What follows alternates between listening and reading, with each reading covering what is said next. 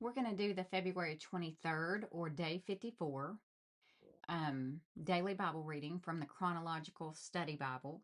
It is the New Living Translation by Tyndale. And the summary for the day says God instructs both the priest and the rest of the people regarding holy behavior. These regulations pertain to the areas of diet, sex, marriage, family relationships, and offerings. God forbids child sacrifice, a practice associated with worshiping Moloch. He also commands Israel to seek his guidance rather than that of mediums or spiritists. He condemns dishonoring parents and gives clear direction for honoring marriage. People are not normally moral and holy. God chooses the Israelites and empowers them to live life the way he desires. Do not bring shame on my holy name, for I will display my holiness among the people of Israel. I am the Lord who makes you holy. Israel bears God's name. They represent him. Therefore, they must value what he values and hate what he hates. Sadly, God's people honor him in only a small fraction of their history. Punishments for disobedience, beginning in Leviticus chapter 20, verse 1. And this is either in 1445 BC or 1279 BC. The Lord said to Moses, "Give the people of Israel these instructions, which apply both to native Israelites and to the foreigners living in Israel. If any of them offer their children as a sacrifice to Moloch, they must be put to death. The people of the community must stone them to death. I myself will turn against them and cut them off from the community, because they have defiled my sanctuary and brought shame on my holy name by offering their children to Moloch.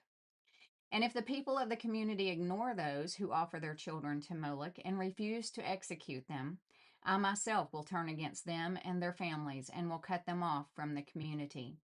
This will happen to all who commit spiritual prostitution by worshiping Moloch. I will also turn against those who commit spiritual prostitution by putting their trust in mediums or in those who consult the spirits of the dead. I will cut them off from the community. So set yourselves apart to be holy, for I am the Lord your God. Keep all my decrees by putting them into practice, for I am the Lord who makes you holy. Anyone who dishonors father or mother must be put to death. Such a person is guilty of a capital offense. If a man commits adultery with his neighbor's wife, both the man and the woman who have committed adultery must be put to death. If a man violates his father by having sex with one of his father's wives, both the man and the woman must be put to death, for they are guilty of a capital offense. If a man has sex with his daughter-in-law, both must be put to death. They have committed a perverse act and are guilty of a capital offense. If a man practice homosexuality, having sex with another man as with a woman, both men have committed a detestable act. They must both be put to death, for they are guilty of a capital offense.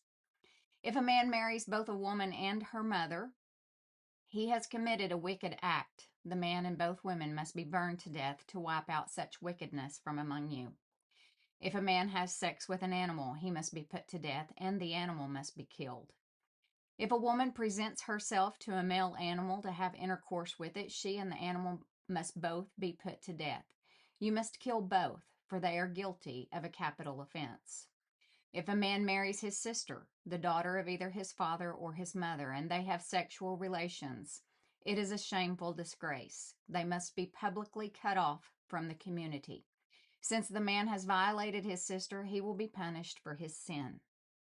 If a man has sexual relations with a woman during her menstrual period, both of them must be cut off from the community, for together they have exposed the source of her blood flow. Do not have sexual relations with your aunt, whether your mother's sister or your father's sister. This would dishonor a close relative. Both parties are guilty and will be punished for their sin. If a man has sex with his uncle's wife, he has violated his uncle. Both the man and the woman will be punished for their sin, and they will die childless. If a man marries his brother's wife, it is an act of impurity. He has violated his brother, and the guilty couple must remain childless, will remain childless. You must keep all my decrees and regulations by putting them into practice. Otherwise, the land to which I am bringing you as your new home will vomit you out. Do not live according to the customs of the people I am driving out before you. It is because they do these shameful things that I detest them. But I have promised you, you will possess their land because I will give it to you as your possession, a land flowing with milk and honey. I am the Lord your God, who has set you apart from all other people. You must therefore make a distinction between ceremonially clean and unclean animals, and between clean and unclean birds. You must not defile yourselves by eating any unclean animal or bird or creature that scurries along the ground. I have identified them as being unclean for you. You must be holy because I, the Lord, am holy. I have set you apart from all other people to be my very own. Men and women among you who act as mediums or who consult the spirits of the dead must be put to death by stoning. They are guilty of a capital offense. Instructions for the priest, Leviticus 21 through Leviticus 22:16. The Lord said to Moses, "Give the following instructions to the priest, the descendants of Aaron. A priest must not make himself ceremonially unclean by touching the dead body of a relative. The only exceptions are his closest relatives, his mother or father, son or daughter, brother, or his virgin sister who depends on him because she has no husband. But a priest must not defile himself and make himself unclean for someone who is related to him only by marriage. The priest must not shave their heads or trim their beards or cut their bodies. They must be set apart as holy to their God and must never bring shame on the name of God. They must be holy, for they are the ones who present the special gifts to the Lord, gifts of food for their God. Priests may not marry a woman defiled by prostitution, and they may not marry a woman who is divorced from her husband, for the priests are set apart as holy to their God. You must treat them as holy because they offer up food to your God. You must consider them holy because I, the Lord, am holy, and I make you holy. If a priest's daughter defiles herself by becoming a prostitute, she also defiles her father's holiness, and she must be burned to death. The high priest has the highest rank of all the priests. The anointing oil has been poured on his head, and he has been ordained to wear the priestly garments. He must never leave his hair uncombed or tear his clothing. He must not defile himself by going near a dead body. He may not make himself ceremonially unclean, even for his father or his mother. He must not defile the sanctuary of his God by leaving it to attend to a dead person, for he has been made holy by the anointing oil of his God. I am the Lord. The high priest may marry only a virgin. He may not marry a widow, a woman who is divorced, or a woman who has defiled herself by prostitution. She must be a virgin from his own clan, so that he will not dishonor his descendants among his clan, for I am the Lord who makes him holy. Then the Lord said to Moses, "Give the following instructions to Aaron. In all future generations, none of your descendants who has any defect will qualify to offer food to his God. No one who has a defect qualifies, whether he is blind, lame, disfigured, deformed, or has a broken foot or arm, or is hunchbacked, or dwarfed, or has a defective eye, or skin sores, or scabs, or damaged testicles. No descendant of Aaron who has a defect may approach the altar to present special gifts to the Lord. Since he has a defect, he may not approach the altar to offer food to his God. However, he may eat from the food offered to God, including the holy offerings and the most holy offerings. Yet because of his physical defect, he may not enter the room behind the inner curtain or approach the altar, for this would defile my holy places. I am the Lord who makes them holy."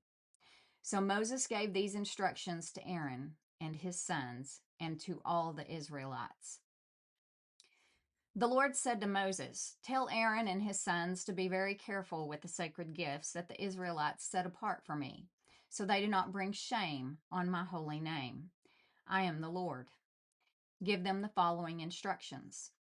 In all future generations, if any of your descendants is ceremonially unclean when he approaches the sacred offerings that the people of Israel consecrate to the Lord, he must be cut off from my presence.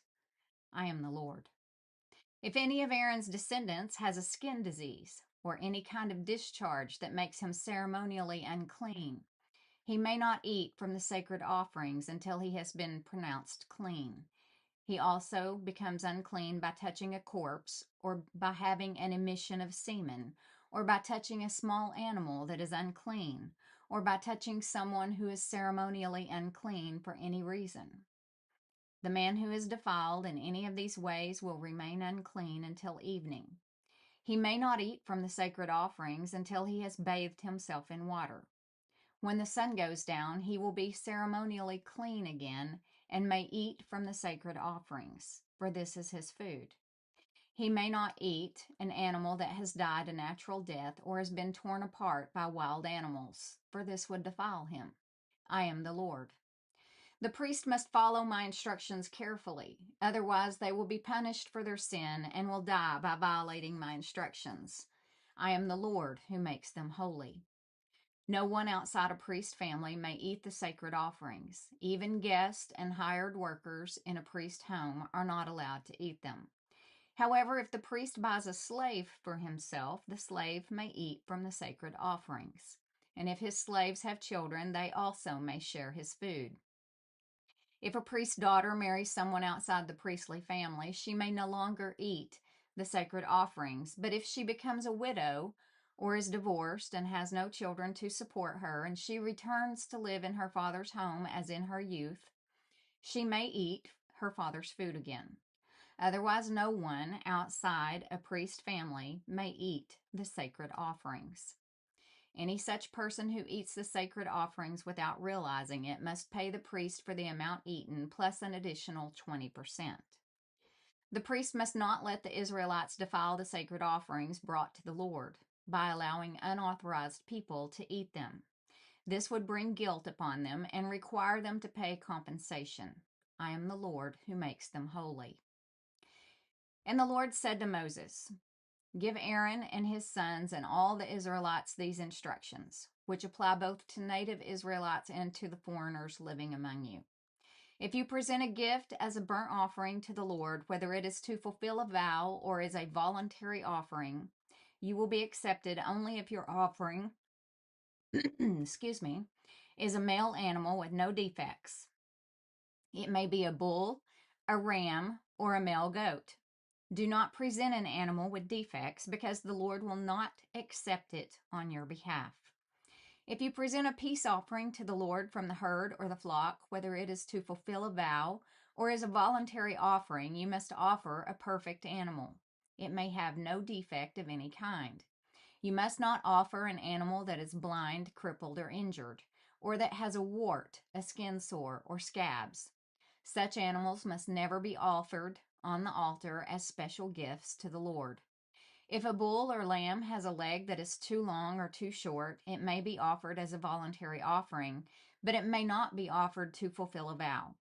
If an animal has damaged testicles or is castrated, you may not offer it to the Lord. You must never do this in your own land, and you must not accept such an animal from foreigners and then offer it as a sacrifice to your God. Such animals will not be accepted on your behalf, for they are mutilated or defective. And the Lord said to Moses, When a calf or lamb or goat is born, it must be left with its mother for 7 days. From the 8th day on, it will be acceptable as a special gift to the Lord. But you must not slaughter a mother animal and her offspring on the same day, whether from the herd or the flock. When you bring a thanksgiving offering to the Lord, sacrifice it properly, so you will be accepted. Eat the entire sacrificial animal on the day it is presented. Do not leave any of it until the next morning. I am the Lord. You must faithfully keep all my commands by putting them into practice, for I am the Lord. Do not bring shame on my holy name, for I will display my holiness among the people of Israel. I am the Lord who makes you holy. It was I who rescued you from the land of Egypt, that I might be your God. I am your God. That concludes the February 23rd Daily Bible Reading.